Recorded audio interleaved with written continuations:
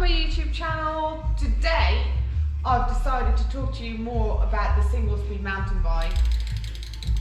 I had a lot of response about it and people are asking me about the tensioner, what speed sprocket I'm using, what chain I'm using, and most importantly, why would I convert my mountain bike to single speed? Well, the simple answer is that I just never use my gears, so it's unnecessary to have a massive dinner plate of gears at the back and also having a cable coming all the way through the bike and then on the front of the bike as well. So it just looks so much neater like this. There is nothing, no cables, well obviously the dropper is gone as well, so there's literally only, let me just stand up here for a minute. So there's only 2 cables at the front and the bike just looks clean. It just looks so much better, and also it weighs a lot less. So when I'm riding the bike, I find that the back end moves a lot more, so it's a lot more nimble. I can actually push into the corners and I can feel the bike moving underneath me in the air, which I never felt before because it was always so heavy. I couldn't move it, and that's maybe down to me as a rider of being not so in tune with the bike just yet, because I've only been riding about 2 years. So I mainly ride bike parks and uplift, so for me personally I don't need gears on the bike, and that is probably the main reason I went with it. And also I can make it pink, so that's also very important. People have been asking about the tensioner. Why would you need a tensioner? And basically the reason why, because all this moves, the suspension as it compresses, you need the chain to move, the tension on the chain will change. So that's why you need the tensioner, so it allows the chain to move while your suspension is moving. Because otherwise, if you just have the sprocket and the chain ring together, then your chain will just snap when the bike just compresses or extends. So that's the main reason why you need the tensioner on there. And for the chain, people have been asking what size chain I use. This one is a 10 speed, but you can go from anywhere from a 9 speed chain all the way up to 11 speed chain, so you've got a good range of chains that you can use with this tensioner. There are other tensioners out there, but personally I think this one is the best, and there are other people out there who will agree with this. And for the sprocket, I went with a 14 tooth sprocket on the back and run it with a 32 tooth chainring on the front. And for me this gearing has been great. I've been using this one gear since I've got this bike. So this bike has had pretty much been a single speed bike ever since I've got it, because when I got it I decided I am going to use this one gear, see how I get on with it, and then if I like it I can live with it, just convert it, and yeah, here we are today. And so I'm guessing the bike is turning into sort of a slope style bike, but it's not. It is still a mountain bike, it's just without all this gearing, which just, for me personally, I think this is the setup I want to go with, and no dropper, because, well, saving weight. But no, it's got nothing to do with the weight, it's just, I just never use it, so there is absolutely no point in having one. Over to your questions now. Is there a weight advantage, disadvantage? We weighed the cassette, the derailleur, the dropper post, and the reverse components, tensioner, sprockets and spacers, and worked out to be just under a kilo difference. So there is, I'd say, a significant weight difference, and I personally can really feel it when I'm riding. So I definitely say yes to that one. Hi, what are you personally liking about the conversion? Are you keeping it this way? So my personal favourite thing about the conversion is that there is minimal to no chain slap.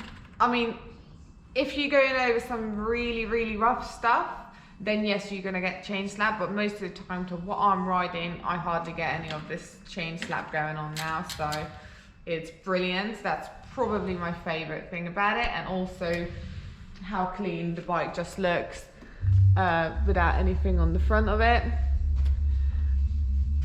And yes, I am definitely keeping it this way because it just looks amazing. So on to the next one. How do you get on if you fancy a cross-country loop for fitness? So first of all, I don't really ride cross-country loops, but if I was going to, I'd probably borrow an e-bike and do it on an e-bike. So yeah, that answers that one. Moving on to the next one. Oh, so we covered this one. What size chain do you use? So on this one it is a 10 speed, but you can use anything from 9 to 11 speed with the reverse components tensioner. Next question, is it a fixed gear? It's not. And the main difference between fixed gear and single speed is that single speed you can still, sorry it's so loud, still backpedal, but a fixed gear you cannot. And I don't really know how you'd get away with a fixed gear on a mountain bike, but definitely just go with a single speed. Next question, what gearing do you use? So I've got a 14 tooth sprocket paired with a 32 tooth chainring on the front. Next question, why couldn't you keep the micro spline? So the micro spline is slightly smaller than the HG, and currently companies are not making, you might be able to get away with putting the spacers on, but they'd be looser, so they're bigger. I think there is a company, Boone, that is experimenting making some cogs on micro spline, but as far as I read on the forums, they haven't managed to go down to 12, 13, 14 tooth sprockets. So apparently they are coming, but they're just not out yet. So if you are looking to single speed, you will have to convert to HG if you haven't already got a HG drive on there. Next question, what hubs have you got? I've got a Halo Super Drive hub, which sounds amazing. And it's running on some Halo Vortex rims, which just looks super cool. Next question, what travel is your bike? She's a 150 on the front and 140 in the rear. Next question, what wheel sizes do you run? She's 27.5 inch all around. And I'm just going to show you some other rad bikes that have also been converted to single speed. I'm just going to start off with this Transition Patrol. It's got a rad custom paint job. It's camo, it's looking awesome with the factory fork setup, and it's got some Industry Line wheels on, hubs, and also running the Halo Vortex rims. And this one is actually a mullet, a 160 on the front travel and 160 in the back.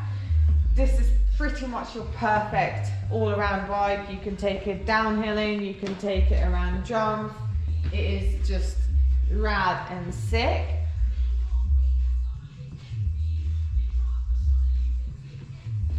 And then we're moving on to this Marine Alpine Trail. This is a 170 travel up front with a 150 travel in the rear. This one's got a coil, which is just awesome. I personally would like to try a coil on my bike. This one also has the Industry 9 and clearly has a lot of grease in it. So this one is a 29er all around and also a rad bike. And the owner mostly takes it downhilling, so you can use single speed for pretty much anything. And I also want to show you this Trek Ticket S, which is a slopestyle bike. It's 100mm travel at the front, 100mm travel at the back, running on 26-inch wheels.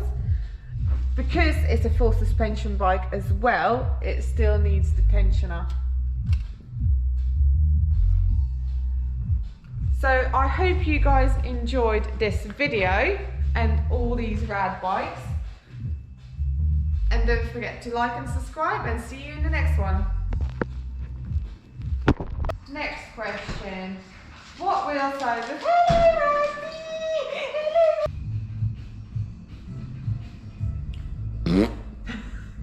Killing it.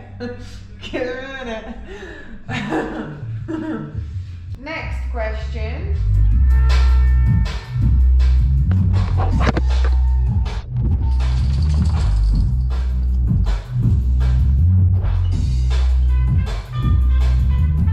Next question.